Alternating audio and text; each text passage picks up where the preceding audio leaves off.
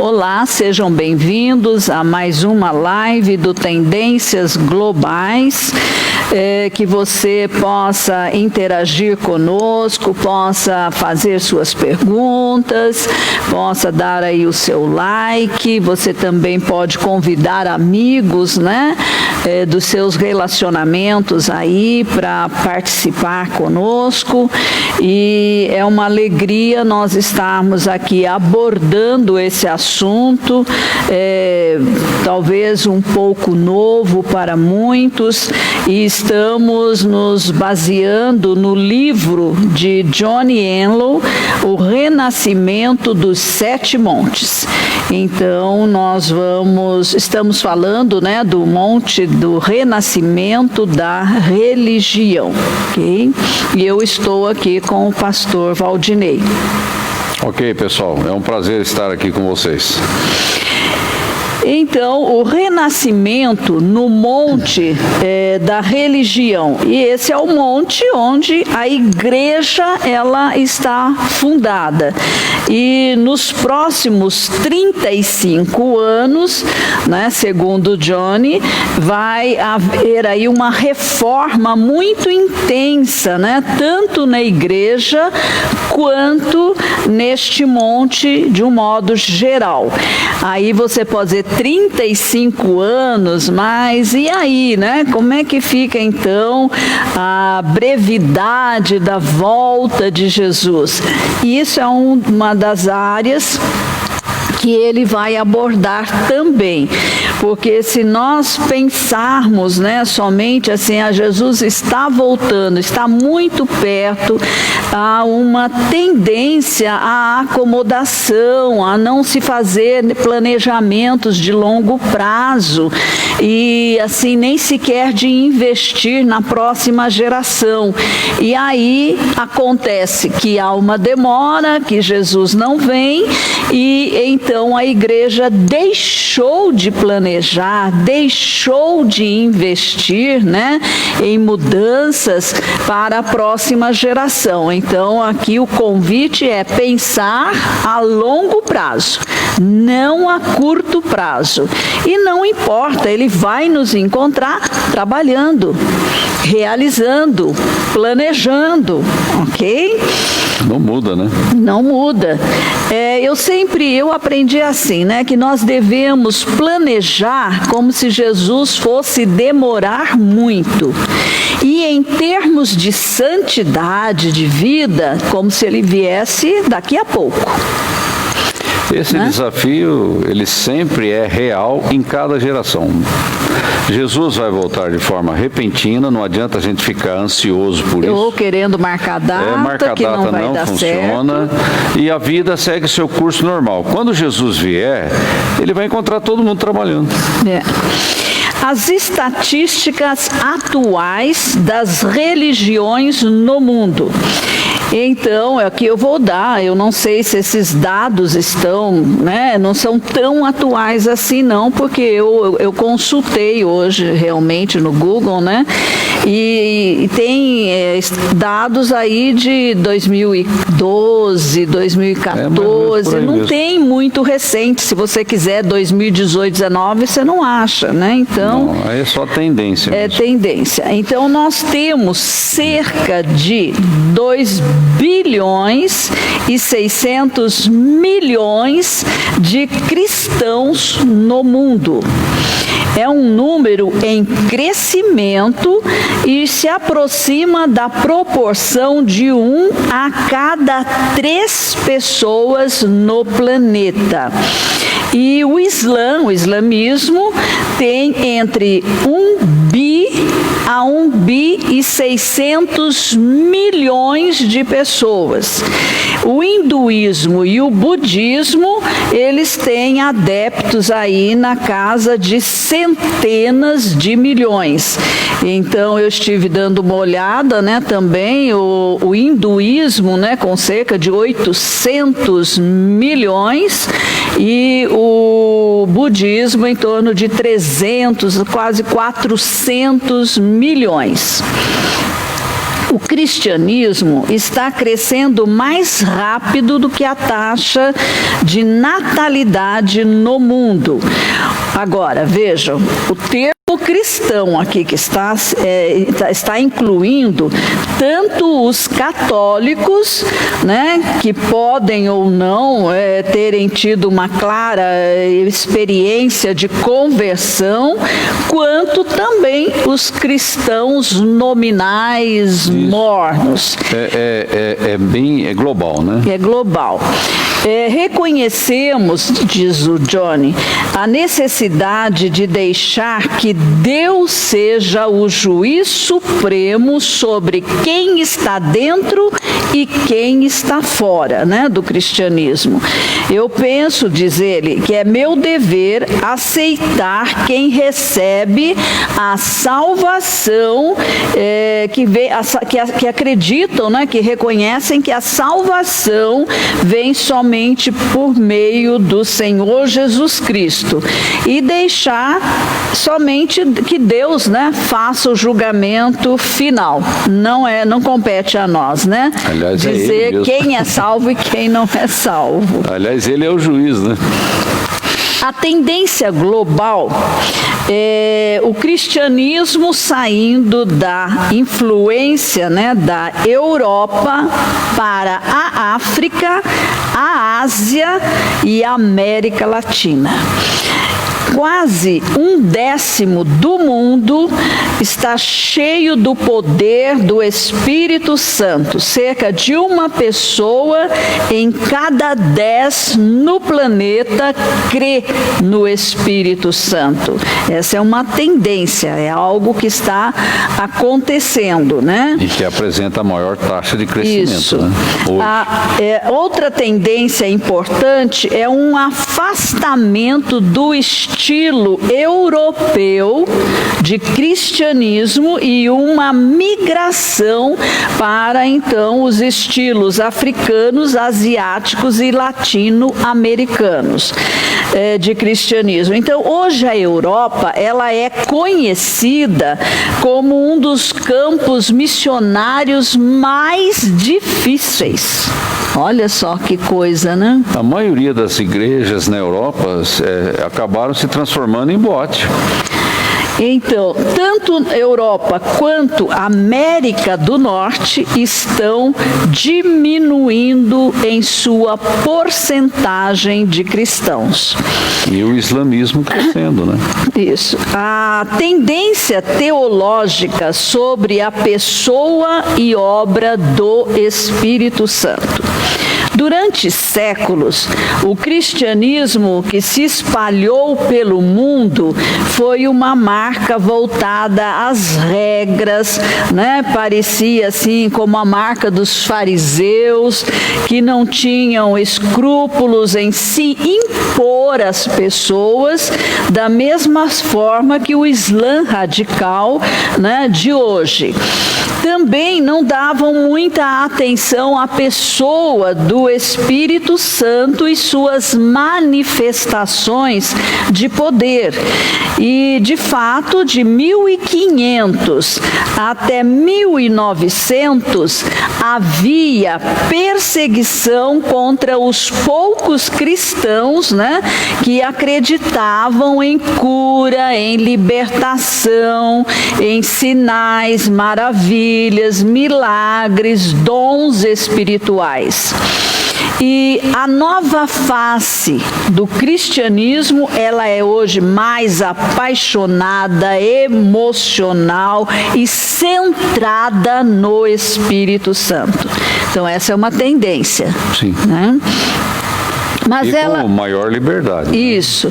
Mas ela também tem muitos excessos e necessita de atualizações.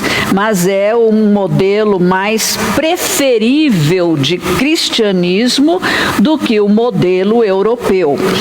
Então, o novo cristianismo, ele entende que ele deve avançar por meio da influência e não pela força, pela obrigatoriedade, pela perseguição.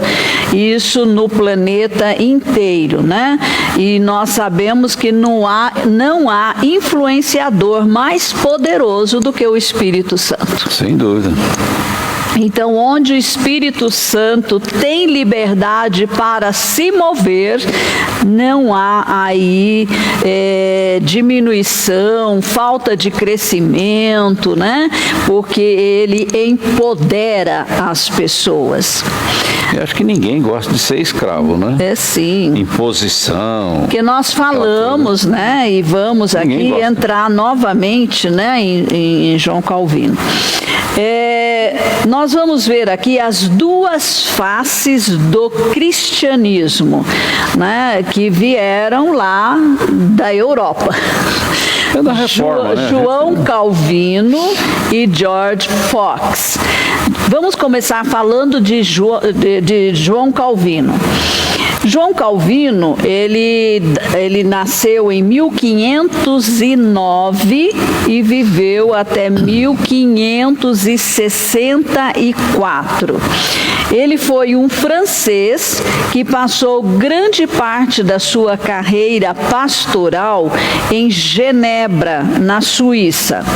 Era um advogado humanista e foi fortemente influenciado pelos textos de Agostinho, de onde ele tirou, né, as suas opiniões sobre a predestinação e o pecado original.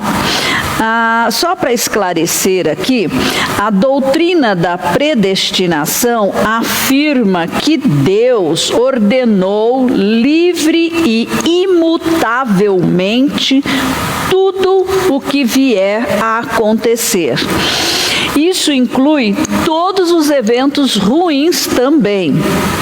É complicado isso aí. E Deus também predeterminou quem será salvo e quem não será.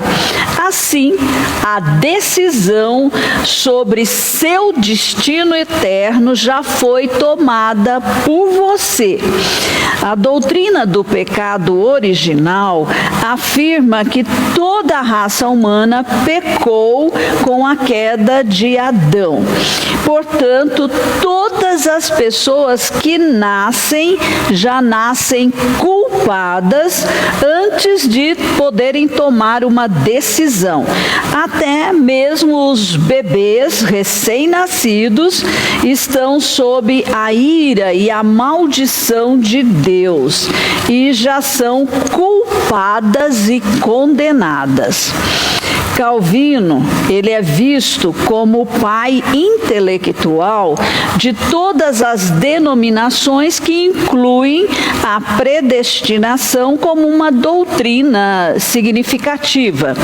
E as táticas autoritárias de Calvino desqualificam sua metodologia, tornando-a sem qualquer valor aplicável para nós hoje, né? Ele não tinha escrúpulos em implementar normas que lhe permitissem aprisionar, espancar, torturar, perseguir e até mesmo executar aqueles que contrariavam seu sistema de crença, de justiça.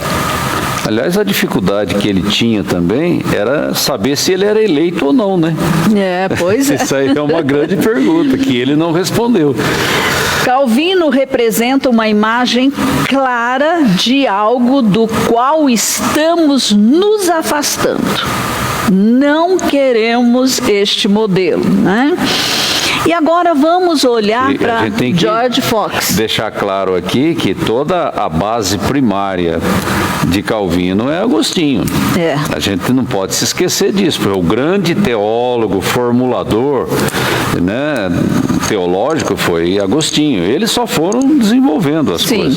Nós não queremos esse tipo de cosmovisão porque ela não promove o homem. Isso.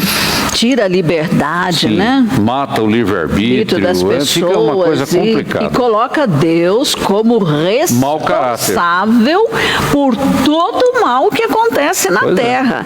Então, se ele já planejou, o que eu posso fazer? Né? É destino, vou ter que sofrer. E uma outra coisa que o autor aqui não discute, mas tem implicação, não é?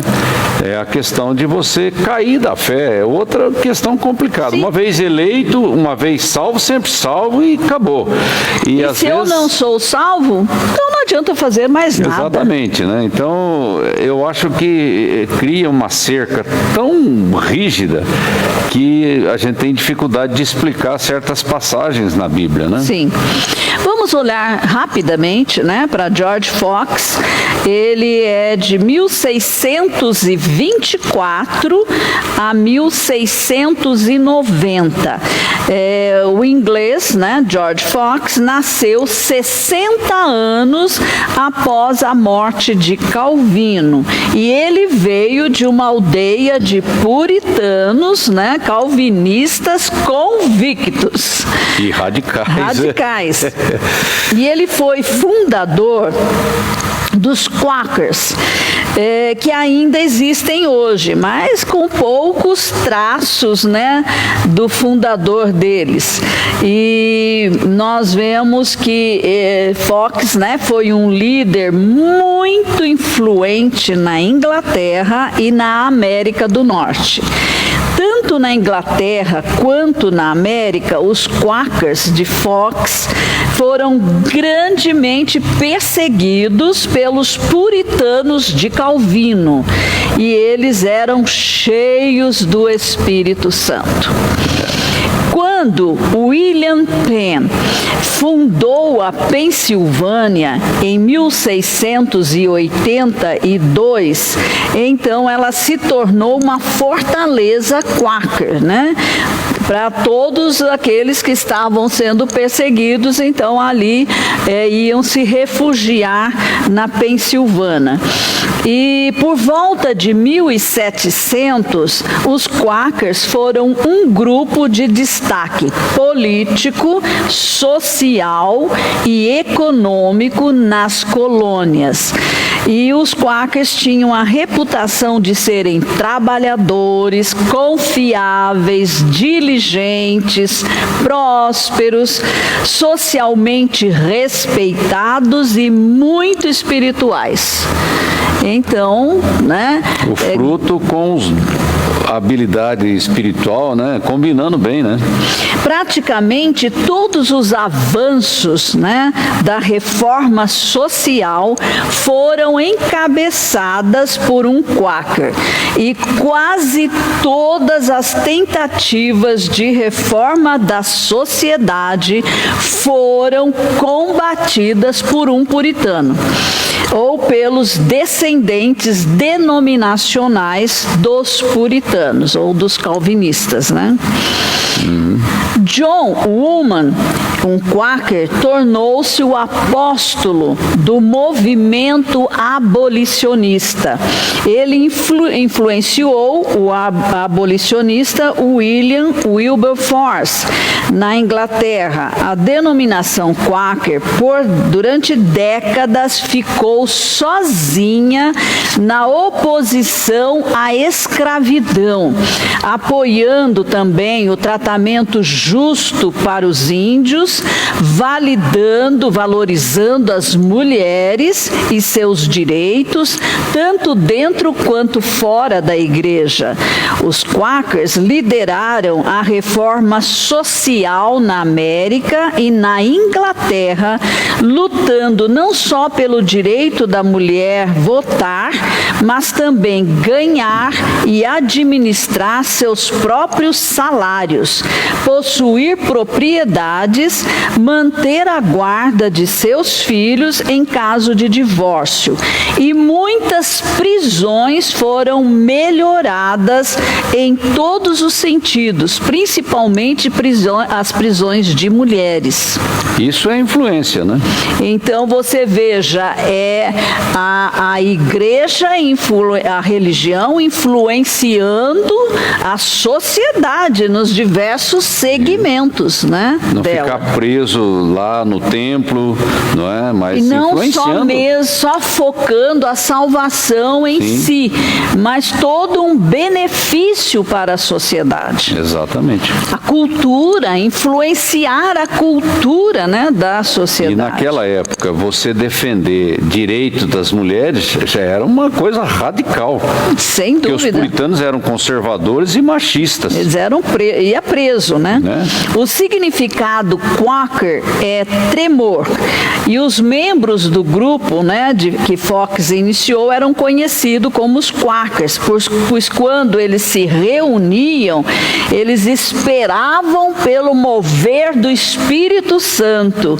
E quando esse mover chegava, então fazia com que os indivíduos tremessem e até o local onde eles estavam tremiam também. O nome é bem apropriado, né? Quakers. Então, tremor, né? Treme pessoas e treme até o lugar com o poder da presença do Espírito Santo. Precisamos resgatar isso, hein? Opa! E não aconteceu só no livro de Atos, não, né? Não, claro que não. É o Espírito Santo quem revela a palavra de Deus. Nós temos dito sempre uma máxima aqui, que palavra mais Espírito Santo igual a vida. Vida eterna, vida abundante, vida da qualidade de vida que Deus tem. E a palavra foi inspirada pelo Espírito Santo. Eu não quero entrar em detalhes aqui, mas os calvinistas, eles colocavam a palavra acima do Espírito Santo, né? E na verdade, aí, em termos de interpretação da palavra, isso deu margem a mais de 30.000 denominações. Então, o Espírito Santo é quem descortina a palavra, é quem revela a palavra para nós, é quem traz o rema para nós, aquilo que está por detrás de letra, tinta e papel. Nós vemos a repetição da história, né? Os fariseus tinham o mesmo jeitão, né? Mesmo problema. E os calvinistas criam um sistema lógico muito confuso, complexo, e você entra naquilo, é como se você estivesse entrando num pântano, você não consegue sair. Então você tem que refutar tudo aquilo para poder entender o que o Espírito Santo está falando. E hoje a tendência é uma volta ao Espírito Santo, a buscar a comunhão, a intimidade com o Espírito Santo, para que ele nos revele o que está no coração do Pai, o que está no coração de Jesus e os mistérios que estão na palavra de Deus, né, que nós ainda não entendemos devidamente.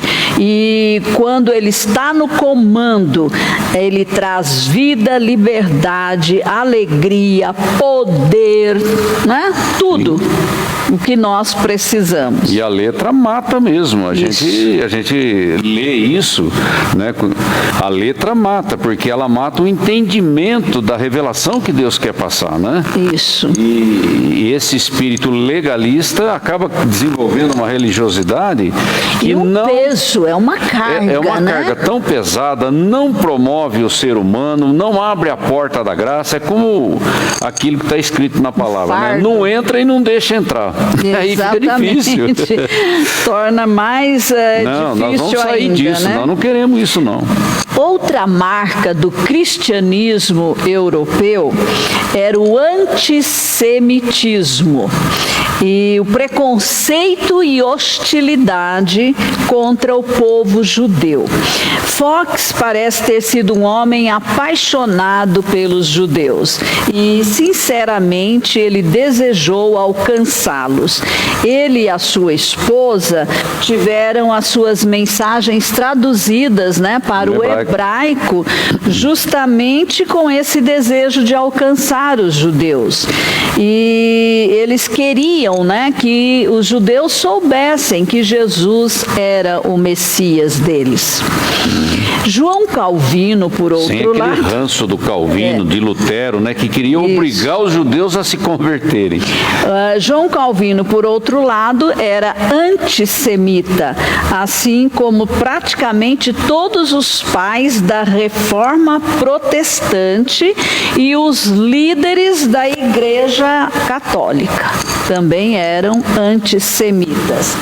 Calvino, ele não deu início ao antissemitismo, mas ele cedeu, ao pensamento cristão prevalecente em seus dias e foi também fortemente influenciado pela crença de que os judeus eram uma raça condenada por causa do papel que eles exerceram na crucificação de Jesus. Então, estão cortados, estão excluídos, estão condenados. Agora é a igreja. E a igreja substituiu Israel, o que não é verdade. Nós não compartilhamos essa linha de pensamento. Há uma boa razão, então, para os judeus terem uma certa dificuldade. Boa razão? Estão cobertos de razão. De não confiar nos cristãos, porque já sofreram tanto, tanta perseguição, tanta indiferença. Lutero era um antissemita ainda mais severo. Pois é. Calvino, ele disse sobre os judeus: por causa da obstinação e arrogância, eles merecem ser oprimidos sem medida e sem fim e morrerem em sua miséria sem a compaixão de ninguém. Que gozado, Hitler gostava de ler Lutero. Onde foi que coisa, se inspirou, eu não sei, mas ele gostava de ler, eu não sei, tem alguma coisa aí. O fato é que a nação que produziu Lutero é a mesma nação que produziu Hitler.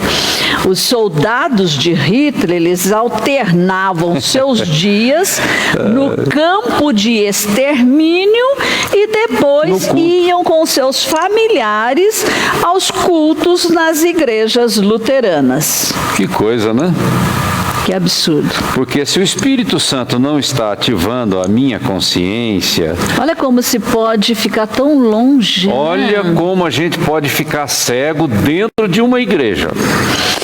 O antissemitismo estava no DNA religioso dos luteranos. A nova tendência cristã reconhece a importância de honrar Israel e os judeus. Os judeus são a raiz original na qual nós fomos enxertados por meio da fé em Jesus Cristo.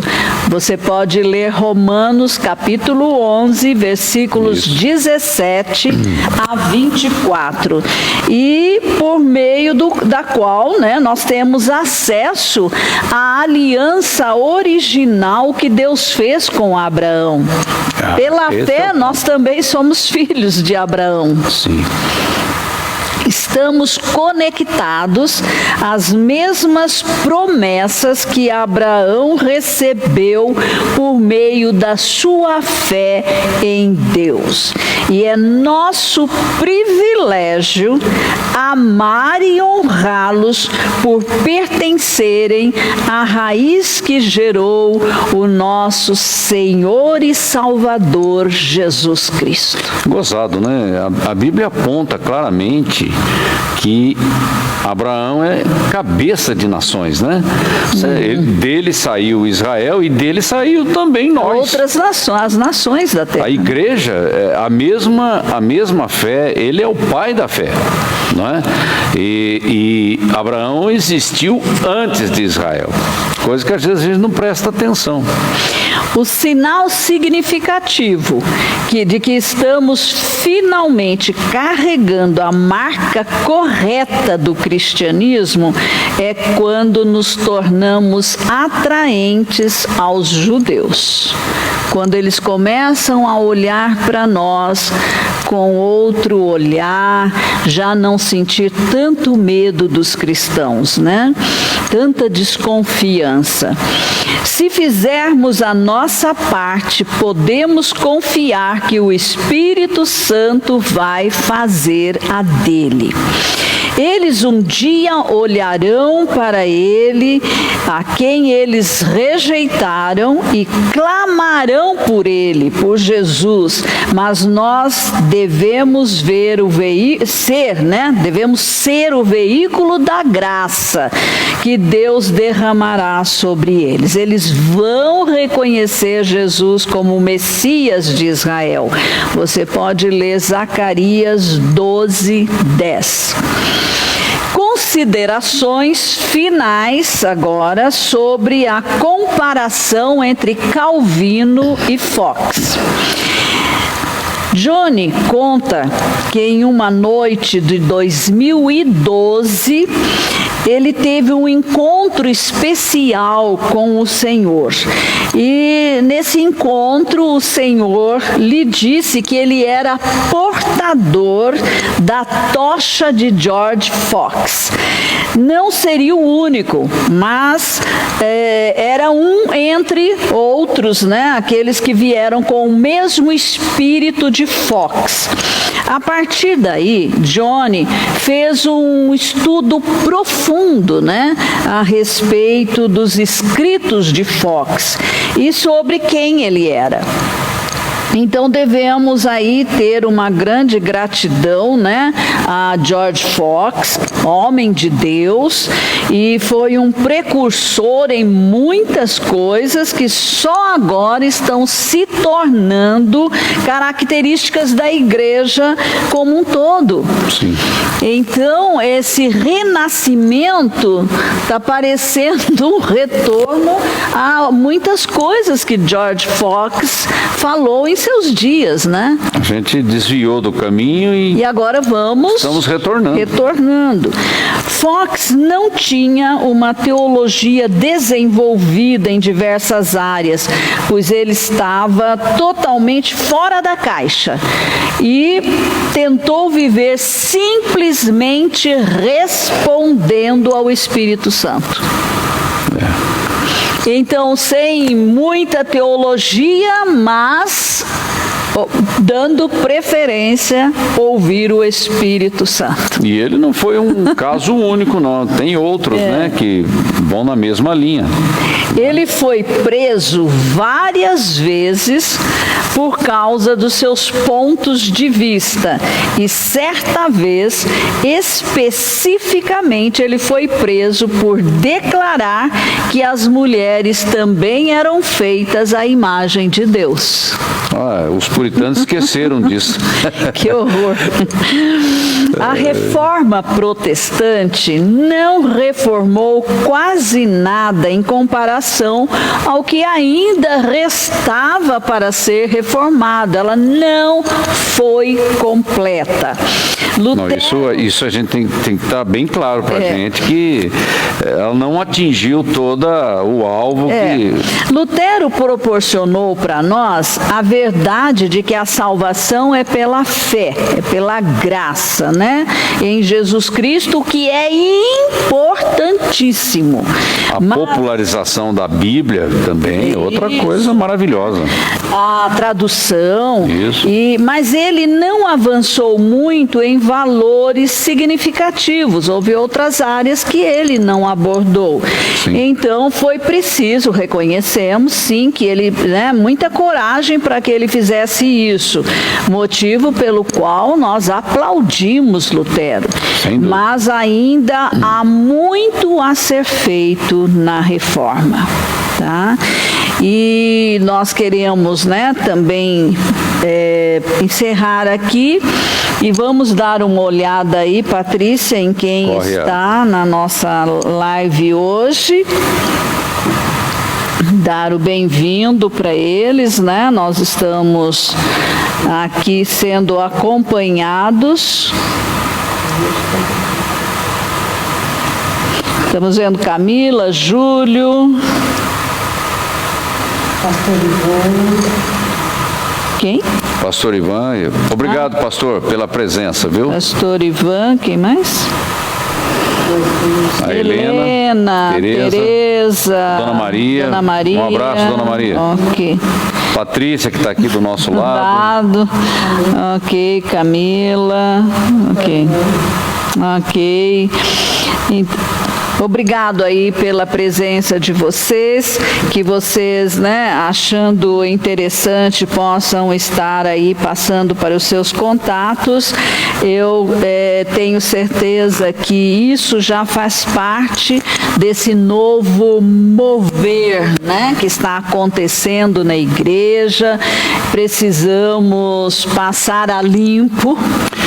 É necessário, né? Muitas coisas. É necessário. E para que possamos deixar de fato aí um legado, né, para a próxima geração. Esse assunto ainda vai se aprofundar mais, tá? E nós vamos ver na próxima semana o renascimento da igreja, período de 2015 a 2050. Então, prepare-se. Mas uma coisa interessante, só para finalizar aqui, a ênfase que nós vamos trazer é a questão da liberdade na presença do Espírito, a questão da intimidade, né? Você recebendo revelação direta. E é nesse ambiente, nessa cultura de liberdade, de intimidade, é que nós vamos entender a palavra. Exatamente. Porque senão vai virar lei, vai virar legalismo, vai virar religiosidade. Também identificar os excessos, sim, né, que precisam mas com espírito ser de amor, né? Isso, espírito de honra. Sim. Né? Nós não vamos queimar Lutero, não. Ele tem o seu valor. Ninguém, né? nem o Calvino, tá? Nós não somos juízes aqui de ninguém. Não, exatamente. Mas estilo de liderança que persegue, que não tolera, que não honra, que não respeita, né? E que isso já passou pela história do cristianismo por muito tempo, isso nós não podemos aceitar. Tem que ser uma página virada na história. Tem que virar essa página sim, ok? Verdade. Então, esse tema que nós estamos trazendo é um tema mais de reflexão, né? De pesquisa. Contemporâneo, viu? Bem contemporâneo. É contemporâneo. Então, eu convido você a abrir a sua mente, estudar, né, sobre a história da igreja, sobre a história. Aliás, hoje o Périx colocou para mim, né, que eu falei para ele que eu quero estudar novamente história do Brasil. E principalmente no aspecto religioso, tá? E hoje ele trouxe um artigo e um livro. Então, veja, nós temos que estar sempre estudando, nós precisamos ler, nós precisamos ampliar o nosso conhecimento, senão nós corremos o risco da intolerância, né? O risco da desonra e do radicalismo intolerante. E isso nós precisamos tomar muito cuidado para não incorrer nesse erro, ok? Agradeço a atenção de todos vocês, que Deus possa abençoá-los de uma forma tremenda e que você possa também ler e estudar sobre este assunto. Ok? Ok. Ok. Eu convido você a refletir sobre a história da igreja, a história dos avivamentos que aconteceram, porque nós não podemos repetir os mesmos erros, né? Deus tem uma grande colheita para fazer na terra e nós temos que estar com o nosso coração aberto, sem discriminar ninguém e sendo um instrumento poderoso de Deus nesta geração, né? Sem nenhum preconceito, sem nenhuma discriminação, sem nenhum ranço, um coração aberto, amoroso. E com cabeças pensantes. E cabeças pensantes, porque ignorância não é de Deus. Ok. Um abraço a você, Deus te abençoe e tenha um ótimo final de semana. Tchauzinho.